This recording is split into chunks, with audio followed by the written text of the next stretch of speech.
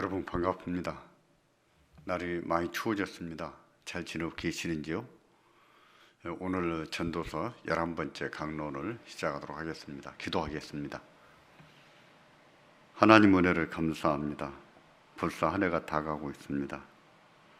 신종 코로나 바이러스와 싸우다 보니 마땅히 예배해야 되며 또 말씀 배우고 했어야 되는데 그러지 못하는 우리 현실이 심히 안타깝사오니 주여 저희를 긍휼히 여겨주시기를 원합니다.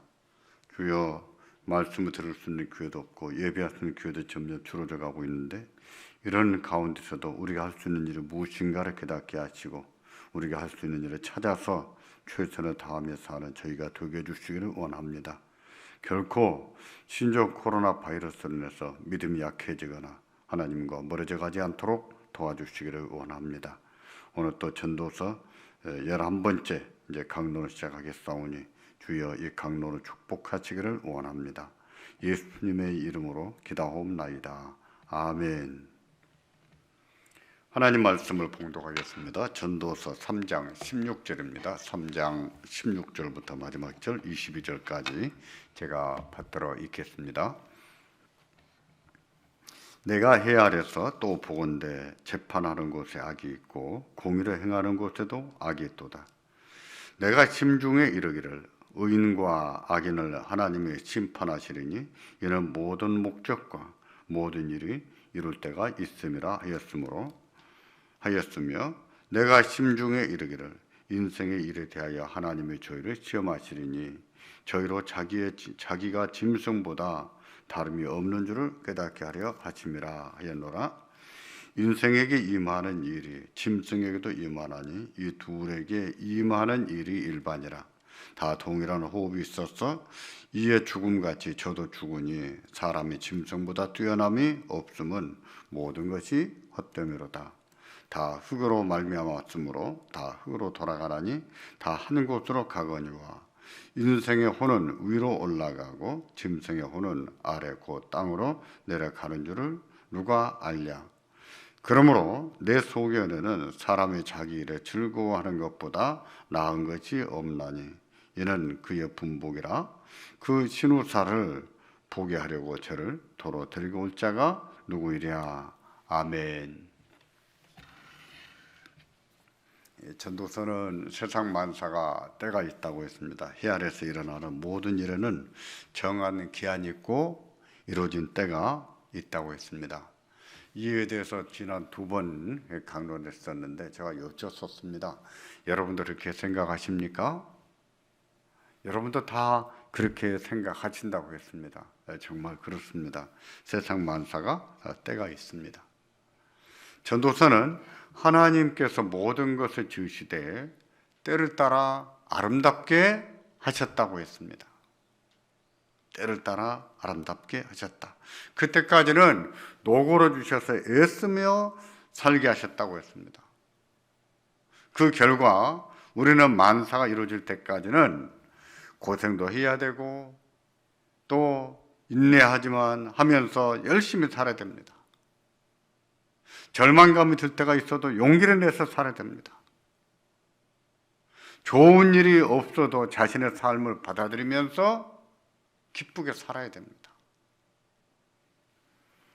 여러분께서도 그렇게 사셔야 됩니다.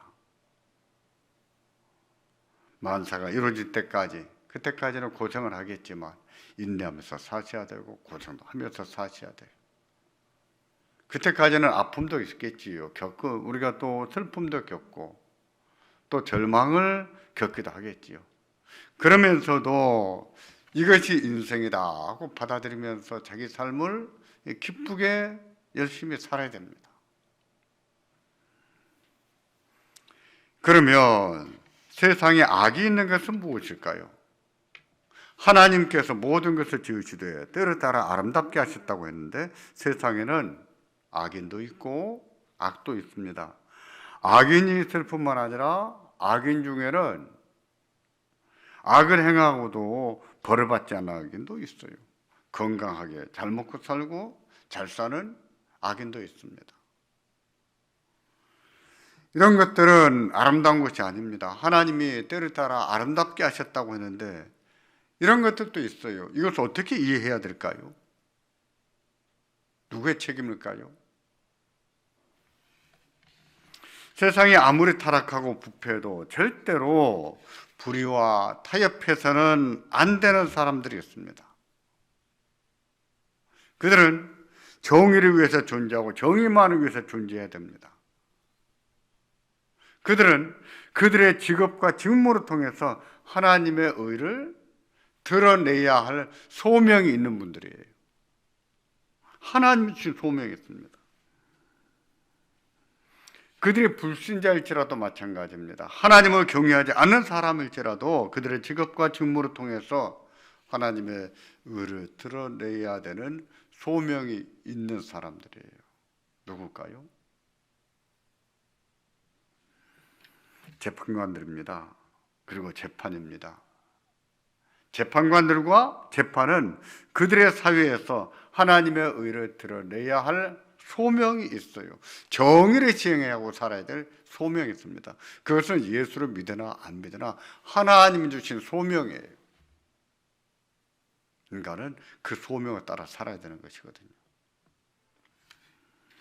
그런데 그렇습니까? 재판이 항상 공의롭습니까? 재판관들이 항상 정의롭게 재판하나요? 그렇지 않습니다. 그 일반적으로 그런다라고 생각이 되지만 그렇지 않는 것이 분명히 있는 것을 압니다. 그래서는 안 되는데 재판관과 법관들이 재판을 통해서 불의와 타협하거나 또 정권과 타협하는 일들이 있습니다. 종종 사회 문제가 되고 있지만 전관예우라는 명분으로 약자들을 억울하게 만들고 뇌물을 받고 정직한 자들을 죄인으로 만드는 일들이 있잖아요. 그래서는 안 되거든요. 근데 그런 일이 있어요. 소명은 망각하고 사는 사람들이 있어요. 본문 3장 16절이 이런 사실을 말씀하는데 함께 봉독하겠습니다. 내가 해 아래서 또 보건대 재판하는 곳에 악이 있고 공의를 행하는 곳에도 악이 있도다. 내가 해 아래에서 일어나는 많은 일들을 살펴보니 재판하는 곳에 악이 있고 공의를 행하는 곳에도 악이 있더라는 거예요. 공의만 있는 것이 아니라 악도 같이 행하더라는 것입니다. 이 말씀에서 재판하는 곳과 공의를 행하는 곳은요, 평행법으로 볼 때 같은 것을 말합니다. 재판관 또는 재판을 말합니다. 재판은 공의로워야 하고 재판관은 재판을 통해서 정의를 시행을 해야 한다는 것을 전제하는 내용이에요. 그것을 전제하고 재판하는 곳에 정의가 시행이 돼야 되는데 그렇지 않더라는 것입니다. 적어도 재판하는 곳에는 악이 없어야 되는데 그런 곳에도 악이 있더라는 거예요. 이것은 아름다운 일이 아닙니다. 하나님은 모든 것을 지으시되 때를 따라 아름답게 하셨다고 했는데 이것은 아름답지 못한 일이에요. 이게 어떻게 된 것일까요? 하나님은 때를 따라 아름답게 하셨다고 했는데 이처럼 아름답지 못한 일이 있잖아요. 이게 어떻게 된 것일까요? 누구 책임일까요? 하나님 책임일까요?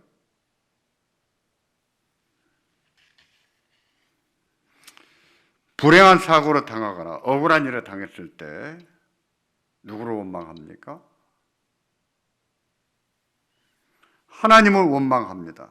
자신들의 불행이 자신에게 책임이 있다고 생각하지를 않습니다. 하나님께서 안 지켜주셨고 안 도와주셨다고 생각합니다. 하나님이 계신다면 어떻게 그렇게 불행한 일이 내게 일어날 수 있겠느냐고 말합니다. 재판이 공의롭지 못한다면 그것을 막지 않으신 책임이 하나님께 있다고 말하는 거예요. 재판관이 악한 재판을 한다면 그것도 하나님의 책임이라는 것이죠. 과연 그렇게 말할 수 있을까요? 그게 하나님의 책임일까요? 이런 것을 논할 때 먼저 생각할 것이 있습니다. 그것은 인간이 인간 사이에 일어나는 모든 일을 규명할 수 있는 능력이 있는가를 생각하는 거예요. 인간이 인간 사이에, 인생 사이에 일어나는 모든 일을 규명하고 판단할 수 있는 능력이 있을까요? 인간에게 사람과 사람 사이에 일어나는 복합적인 문제들을 파악하고 그 원인이 무엇인지 규명할 수 있는 능력 말입니다. 있을까요? 모든 것을 다 파악할 수가 있을까요?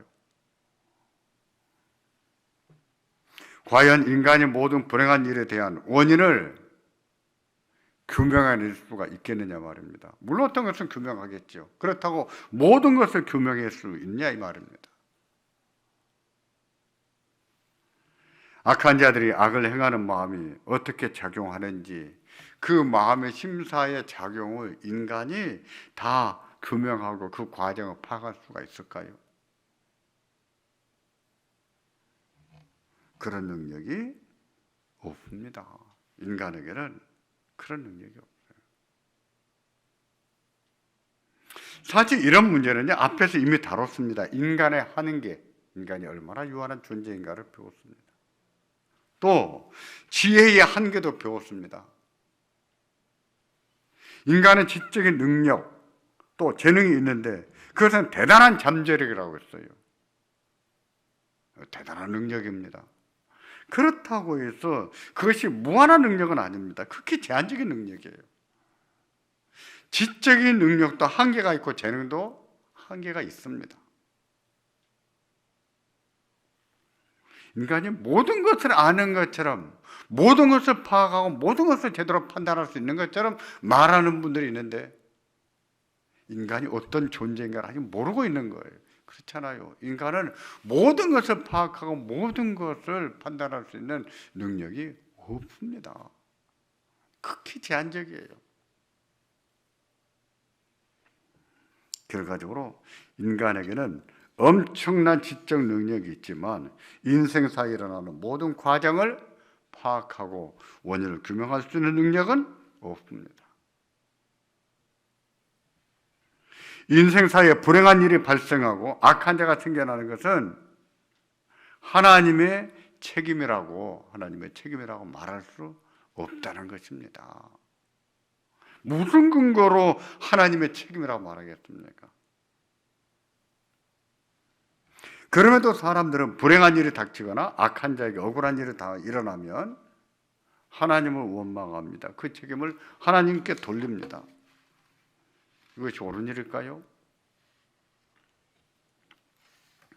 평소에 하나님을 경외하지도 않고 사랑하지도 않는 사람이 불행한 일을 당했다고 해서 하나님께 책임을 돌리는 것이 옳은 일이냐 말입니다. 의롭게 살지도 않으면서 억울하다고 하나님께 책임을 묻는 것이 옳은 일이냐 말입니다.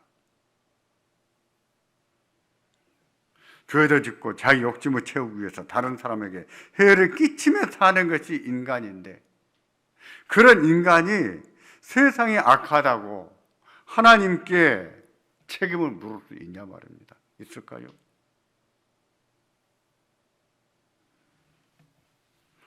그런 행동은요, 인간의 죄성과 부패성과 깊이 맞물려 있습니다. 하나님을 탓하고 하나님께 책임을 돌리는 것은 인간의 부패성과 깊이 맞물려 있는 거예요. 자기가 무엇을 잘못했는지, 자기가 뭐가 문제인지 자기를 성찰할 생각을 하지 않고 하나님께 책임이 있다고 말하는 것은 인간의 죄성과 부패성과 맞물려 있다는 거예요. 더욱이 이런 마음은 하늘에 있는 악한 영들의 계략과 교묘하게 맞물려 있습니다. 우리가 누군가를 탓하고 하나님을 탓하고 하나님께 책임이 있다고 말하는 것은 악한 영들의 생각과 깊이 맞물려 있어요. 그런 인간이 어떻게 모든 불행과 악의 과정과 원인을 다 파악할 수가 있겠습니까? 어떻게 세상의 모든 이치에 대해서 말할 수 있겠냐고 말해요. 다 아는 것처럼 말할 수 있겠냐 말입니다. 인간에게는 인간 사이의 모든 일을 규명할 수 있는 능력이 없습니다. 당최 없어요. 따라서 하나님께 책임을 돌리는 것은 어리석고 무지한 일이죠. 무지한 겁니다. 무식한 거예요. 전도서는 하나님께서 모든 것을 지으시되 때를 따라 아름답게 하셨다고 하셨는데 인간도 아름답게 지으셨습니다. 인간에게는 하나님의 형상을 주셔서 하나님과 같은 인격이 있게 하셨어요. 만물 중에서 가장 아름답게 하셨습니다. 그럼에도 인간은 아름답지 못한 일을 하고 삽니다. 해서는 안 될 짓을 하고 살아요. 그 이유는 무엇일까요? 그 원인으로 전도서 7장 29절은 이처럼 말씀하십니다. 나의 깨달은 것이 이것이라 곧 하나님의 사람을 정직하게 지으셨으나 사람은 많은 꾀를 낸 것이니라. 하나님은 사람을 지으실 때 아름답게 정직하게 지으셨어요. 근데 사람들은 살아가는 거 보면은 항상 꾀를 내고 삽니다. 자기 욕심을 채우려고 꾀를 부리고 살아요. 이런 경우에 꾀라고 하는 것은 좋은 것이 아니죠. 하나님은 정직하게 지으셨지만 사람이 많은 꾀를 부리고 산다는 것입니다. 하나님은 아름답게 지으셨는데 인간이 죄와 욕심에 사로잡혀서 꾀를 부린다는 것이지요. 그 결과 아름답지 못한 짓을 하고 악을 행하기도 합니다. 그럼에도 악의 책임과 불행의 책임을 하나님께 돌립니까? 그럼에도 불구하고 하나님이 안 도와주셨다고 하나님을 원망합니까? 그건 무지한 행동이지요. 어리석은 것이죠. 욥이 그와 유사한 경험을 했는데 욥의 경우로 보실까요? 욥의 주인공은 욥이 의인이었다고 말씀을 합니다. 하나님께서 인정해 주신 의인이었습니다. 그런 의인도 재앙을 당했는데 그때 그도 이해가 안 됐어요. 왜 내가 이런 재앙을 당해야 됩니까? 자신이 당하는 일이 이해가 안 됐어요. 더욱이 의롭게 살았거든요. 정직하게 의롭게 살았거든요. 그런데도 이런 재앙을 당하다니 이해가 안 됐어요. 그래서 하나님께 여쭙습니다. 내가 왜 이런 일을 당해야 됩니까? 대답 좀 해보십시오. 하나님 하고 여쭙습니다. 욥도 그 책임이 하나님께 있다고 생각했던 것입니다. 욥기 38장 2절을 보시면 욥에게 추궁을 당하셨어요. 하나님께서 추궁을 당하신 하나님이 욥에게 물으십니다. 무지한 말로 이치를 어둡게 한 자가 누구냐? 세상의 이치가 어떻게 돌아가고 있는지 제대로 알지도 못하면서 무식하게 함부로 말하는 자가 누구냐고 물으신 거예요. 누가 이렇게 무식한 소리 하느냐? 하고 물으신 거죠. 그리고 하나님의 하나님 되시면 말씀하시는데 하나님의 말씀을 들은 후에 욥이 이렇게 대답합니다. 욥기 42장 3절인데요. 함께 봉독하겠습니다. 무지한 말로 이치를 가려우는 자가 누굽니까? 내가 스스로 깨달을 수 없는 말을 하였고 스스로 알 수 없고 헤아리기 어려운 말을 하였나이다. 무지한 말로 이치를 가려운 자가 누굽니까? 자기지요, 자기. 근데 하나님이 물으신 그 물으심을 되받아서 하나님 앞에 자신이 그랬다는 것을 솔직하게 토해냈지요. 누가 그렇게 무식한 말을 했습니까? 자신이 했다는 거지.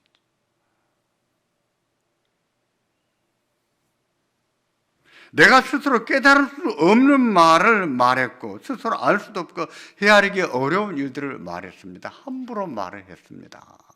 하고 고백한 것이죠. 그동안 억울하다고 말을 함부로 했습니다. 자신이 세상 이치를 다 하는 것처럼 떠들어댔어요.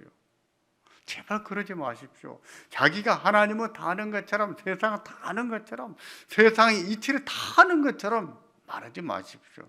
인간은요, 그거 다 알 수가 없어요. 하나님이 하시는 일을 측량할 수가 없습니다.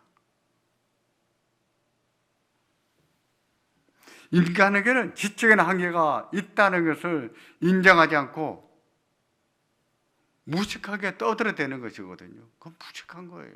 다 아는 것처럼 말하지만 실은 무식한 거죠.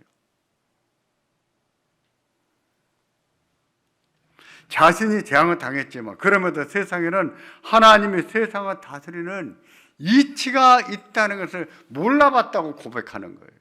하나님, 제가 하나님이 계시고 하나님이 다스리고 계신 것을 몰라봤습니다. 내가 억울하다고 해서. 그래서 자책하는 마음으로 무지한 말로 이치를 가리우는 자가 누구니까? 라고 하나님이 하신 질문으로 다시 대답한 거예요. 그리고 그동안에 자신이 인간으로서는 깨달을 수 없는 말들을 했노라고 고백했습니다. 맞아요. 우리 인간이에요. 유한합니다. 지적인 한계도 있어요. 다 아는 것처럼 말하는데 인간은 그럴 수가 없어요. 그렇게 말하지 마세요. 어떻게 하나님이 하시는 일을 다 알겠습니까? 어떻게 인간 사이에 일어나는 모든 일을 판단해서 다 아는 것처럼 말할 수 있냐고요. 그건 교만이지요. 무식한 거예요. 하나님이 어떠하심을 제대로 알지를 못하고 있는 것이죠.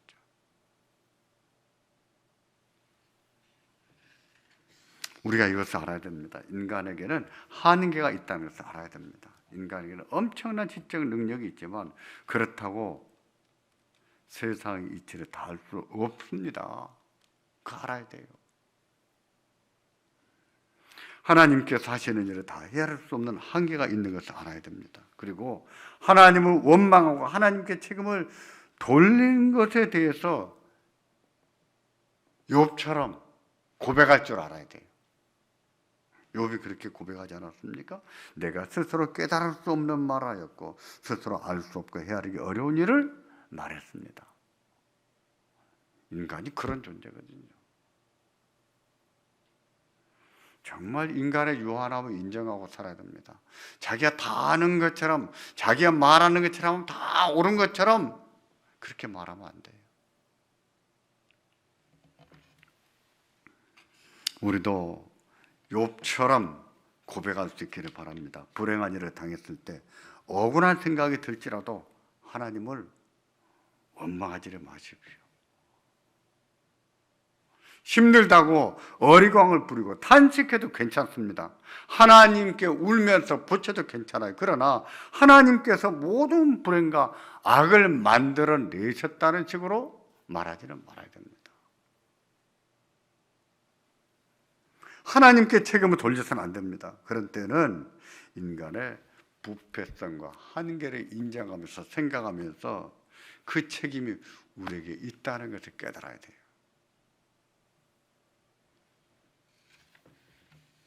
다시 본문 3장 16절로 돌아갈까요? 내가 해 아래서 또 보건대 재판하는 곳에 악이 있고 공의를 행하는 곳에도 악이 있다고 했습니다. 앞에서 말씀드린 대로 법정은 정의로워야 됩니다. 하나님의 공의를 대변해야 되고 정의를 지행해야 됩니다. 그 재판관이 불신자이고 이교도일지라도 하나님은 세상은 그렇게 만드셨어요. 그들에게 소명을 주셨어요. 그리스도의 법관이라면 더 말할 것도 없습니다. 그는 자신의 직업과 직무를 통해서 하나님의 공의를 시행을 해야 돼요. 하나님의 정의를 지행해야 됩니다. 그게 그에게 주신 소명이에요. 하나님은 이런 사실을 율법을 통해서도 말씀하셨고 하나님 백성의 사회에서 시행을 하심을 통해서 또 보여주셨어요. 그러나 재판관도 한계가 있습니다. 재판도 한계가 있는 거예요. 정의로운 마음을 가진 재판관일지라도 인간의 부패성과 유한함에서 자유롭지는 못합니다. 공의로운 재판을 하다가도 악을 행할 수가 있습니다. 정의를 시행하다가도 불의를 행할 수도 있어요. 심지어 정의를 시행한다고 했는데 지나놓고 보니 그것이 불의였을 수도 있는 거예요. 인간이 하는 일이 그렇습니다. 그래서 재판하는 곳에 자신이 의도했던 의도하지 않았던 악이 있을 수 있고 공의를 행하는 곳에도 악이 있을 수가 있는 겁니다. 억울하겠죠. 그렇게 당한 사람은 억울하겠죠. 우리는 그런 세상을 사는 거예요. 소송을 당하고 소송을 걸어는 그런 일이 일어나지 않기를 바랍니다. 그런데 어떻게 인간사가 그걸 다 피해가고 삽니까? 소송을 할 때 내가 반드시 옳다고 이길 거라고 생각을 하겠죠. 하지만 나는 옳을지라도 재판이 언제나 공의롭지는 않다는 거예요. 왜요? 그것이 인간의 한계이고 그것이 재판의 한계입니다.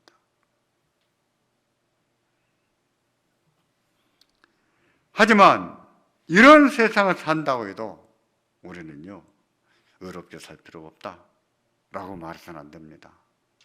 그런 세상을 살아야 되지만 그럼에도 불구하고 의롭게 살아야 돼요. 정의롭게 살아야 돼요. 하나님 백성답게 살아야 됩니다. 그게 우리에게 주신 소명이에요.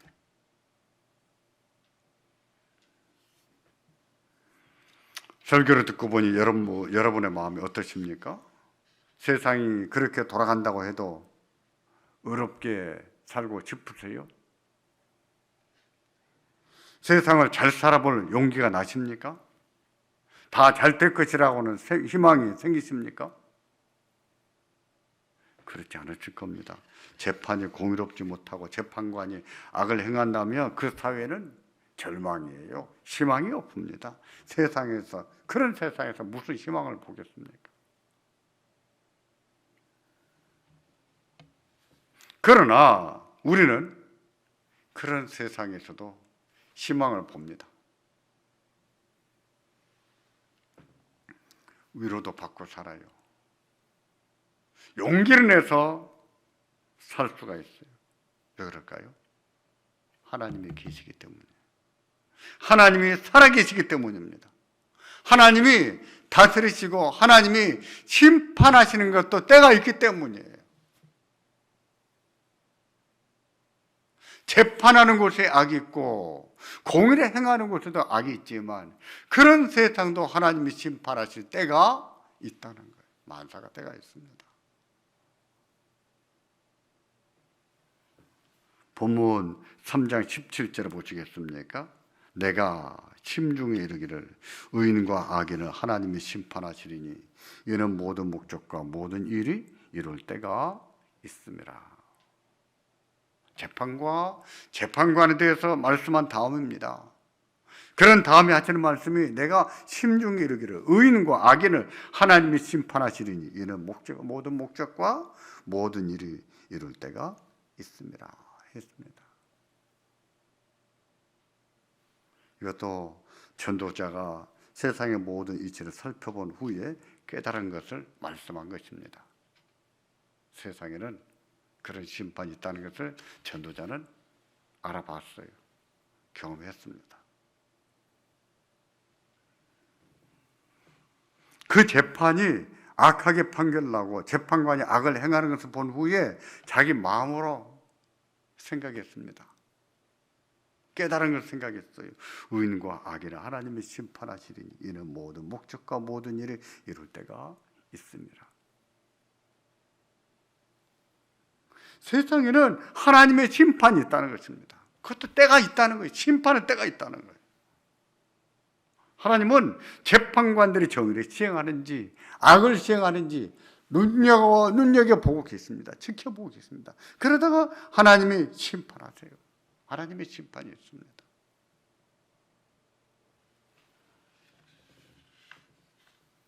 세상에는 하나님의 심판이 있다는 것을 믿으시기를 바랍니다. 악을 행하는 재판관들도 심판을 받을 때가 있다는 것을 믿으셔야 됩니다. 모든 악과 악인을 심판하시는 하나님이 계시는 것을 믿으셔야 돼요. 그런 사실을 믿은 전도자는 또 이렇게 말합니다. 3장 22절인데요. 그러므로 내 소견에는 사람이 자기 일을 즐거워하는 것보다 나은 것이 없나니. 아름다워야 할 세상에 악이 있지만 그에 대한 하나님의 심판이 있으므로 우리는 자기 일에 대해서 기쁘게 즐겁게 살아야 된다는 거예요.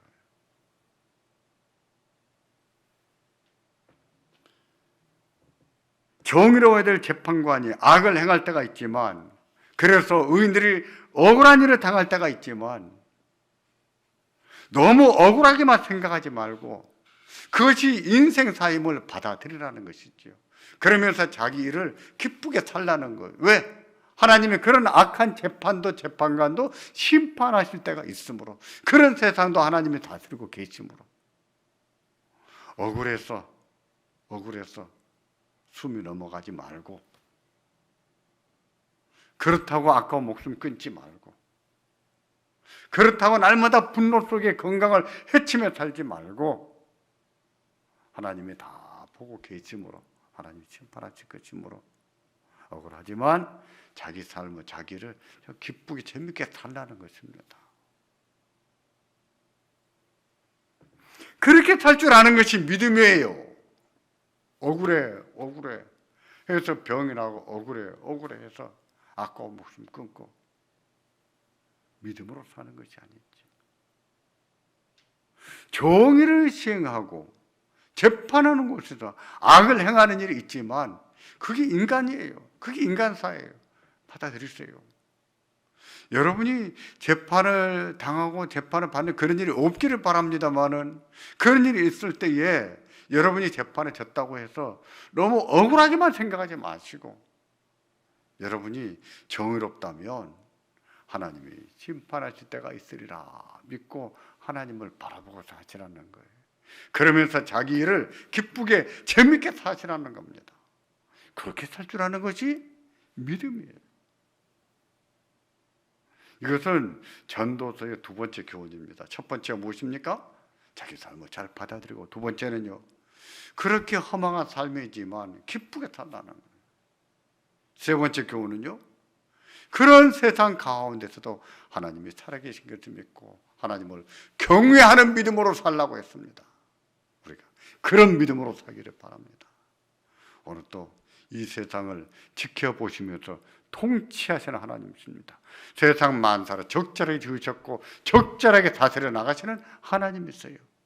하나님을 믿고 아픔도 이기시고 슬픔도 이기시고 억울함도 이겨가며 살아가며, 또 그런 삶을 사는 가운데서도 기쁨을 잊지 마시고 여러분의 삶, 우리 삶을 기쁘게 재밌게 살아갈 줄 아는 우리가 되기를 바랍니다. 기도하겠습니다. 전능하신 하나님, 하나님은 세상을 아름답게 지으셨지만 인간들은 꾀를 부리고 악을 행합니다. 참 그런 세상을 살 때 얼마나 억울한지요. 정말 믿음으로 기도하면서 살았는데 그럼에도 불구하고 그런 일을 당하다니요. 하나님이 원망스럽지는 않을런지요. 그럴 수 있을 것이라 생각합니다. 하나님, 그러나 그런 일을 당했을 때에 하나님은 원망하지 않게 하시고 우리에게 무엇이 문제가 있는지 자신을 살펴볼 줄도 알게 하시며, 하나님, 억울하다는 생각이 들고 말도 안 되는 일이라고 생각이 들지라도 그런 세상을 오늘 또 하나님이 잘 다스리고 계시는 것을 믿게 해주시기를 원합니다. 하나님, 정의를 시행해야 될 재판이, 공의를 나타내야 될 재판관이 악을 행했을 때에 하나님, 그들에 대한 하나님의 심판이 있을 것을 알고 믿고 맡기고, 억울하지만 우리의 삶을 받아들이면서 우리가 해야 될 일들을 기쁘게 나갈 줄 아는 믿음이 있게 해주시기를 원합니다. 오늘도 우리 하나님을 경외하는 믿음으로 살게 하시고 우리 하나님을 의탁하며 살게 하시기를 원합니다. 예수님의 거룩하신 이름으로 기도하옵나이다. 아멘. 11번째 강론을 마쳤습니다.